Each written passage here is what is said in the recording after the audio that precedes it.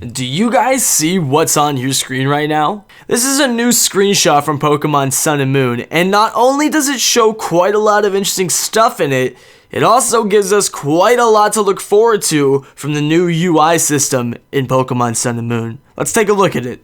Now, although there isn't much to really look at here, seeing as this is mid-attack, and as we know, during any battle phase in Pokemon, a lot of the stuff on the user interface sort of disappears when an attack is in progress, aside from the Pokemon's HP bar and of course the animations going on in the background.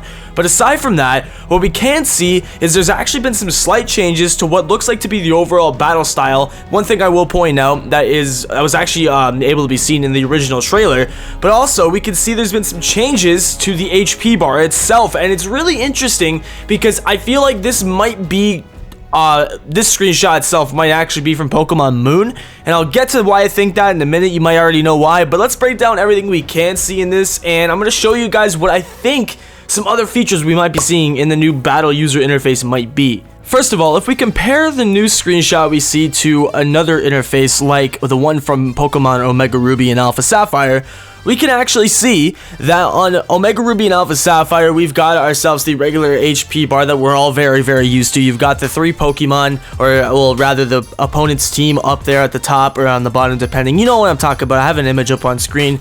The interesting thing to note is that they went for sort of a more like clean style in this one, I would say, where it doesn't take up as much space on the screen, and it sort of is more like, I guess, just clean and fresh looking, I guess, and it's not like I said, too obstructing, I suppose.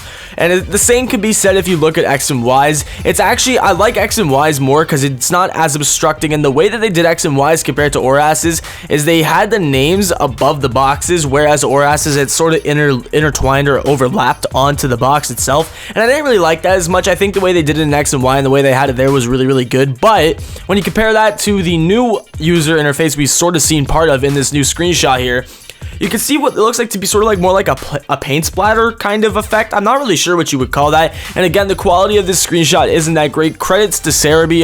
By the way, I'll leave a link to it, the website in the description. Of course, everybody knows what Cerebi.net is. It's like my main go-to source for Pokemon news. So again, I'll leave a link in the description if you want to check out more about this. But another thing we can notice is I think they've been using a little bit of a different font for the levels. I mean, that's not really like too big of a deal. I don't really know if it's that different. It kind of looks a little bit different, but it might be the same. There's no real like big speculation on that stuff, like the fine details. But what's more interesting, and something that I mentioned in the beginning, is now you're finally able to see your trainer, or the enemy, or the opponent rather, in the battle itself without the use of using your Mega Stone. If you guys actually remember, and I'll show a little battle clip from ORAS and X and Y and whatnot, you'll know that previously you were never able to like see your trainer in battle, and you were never able to like actually see their full sprite physically present in battle unless an animation involving the trainer came in, and the only one that uses that is the Mega Evolution activation with your Mega Bracelet. So with that said, it's interesting, and this does play part into a different theory that I have in my head, and I'll get into that in a further video to come. But what's interesting, like I said, is you can see the trainer in the background, and I know in the other trailer that released the other day that showed off the starters and the legendaries and all that, you also got to see, you could see your trainer yourself, you could see yourself rather, or you could see both trainers on the field at once and their Pokemon, and you can also see it looks like there's some people in the background watching as well. So based on this new surrounding and this new like user interface, if you want to call it that, the battle backgrounds look like it will actually incorporate moving stuff in the background and moving people in the background. Now, I don't know, because this is a screenshot. We don't know if these people in the background could be just part of the battle background and they're just normal NPCs that stay static in this one town that this like battle's taking place in. But one thing you could also factor in is maybe because they're going to go above and beyond with this new engine, because it seems like also with a new interface that also does be a new engine, because there's going to be new things implemented that weren't there before, that the previous engine necessarily couldn't really handle. Now, this might be above and beyond. This is sort of a little bit more theory and speculation, but what if people in the background of the city who are walking around like just regular NPCs, they're actually can be seen like walking around in the background. Like those guys, they may stand there and watch the battle for a bit, but then they might decide, oh, let's just walk around, keep going. Like you might be able to see stuff moving in the background, interacting, and instead of it being like these type of battle backgrounds you see in ORAS, which are sort of more like, I guess like just backdrops, they're not really like real visuals. It's sort of just like really poor quality images, if you know what I'm trying to say.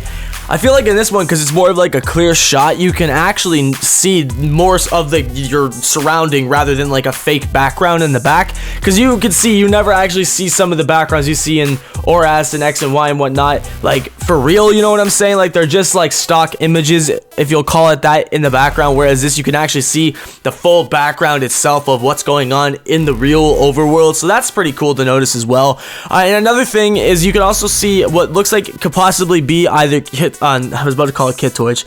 You can see what looks like to be possibly what could be Litton's signature move. I don't really know, or it looks like Ember. It's probably one of the two. And also one final thing to note, and the thing I was originally talking about at the beginning, this paint splatter that has the design behind the HP bar.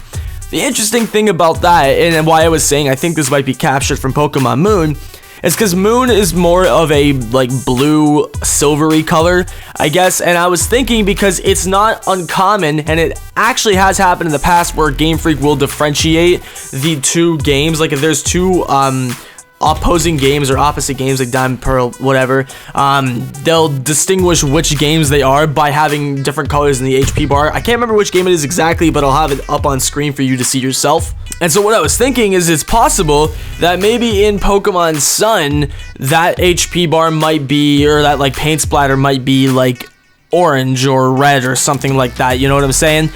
Possibly, I don't know. That again, that's just again speculation from what I can see. There's not a whole lot you can really see, because again, it doesn't say like choose your move or anything. Again, this was caught mid animation, so a lot of the features on the UI itself were disabled at the time, which really hinders us from being able to make any further like speculation or analysis on the new engine and the new user interface itself, because there's not a whole lot to look at in this screenshot. But with that said, with any more Sun and Moon information that does come out, you can expect to find it here on my channel. Subscribe to the channel if you are new, that would be greatly appreciated, and as well as make sure to leave a thumbs up if you did enjoy the video. And with that, I'll catch you guys in the next Pokemon Sun and Moon informational video.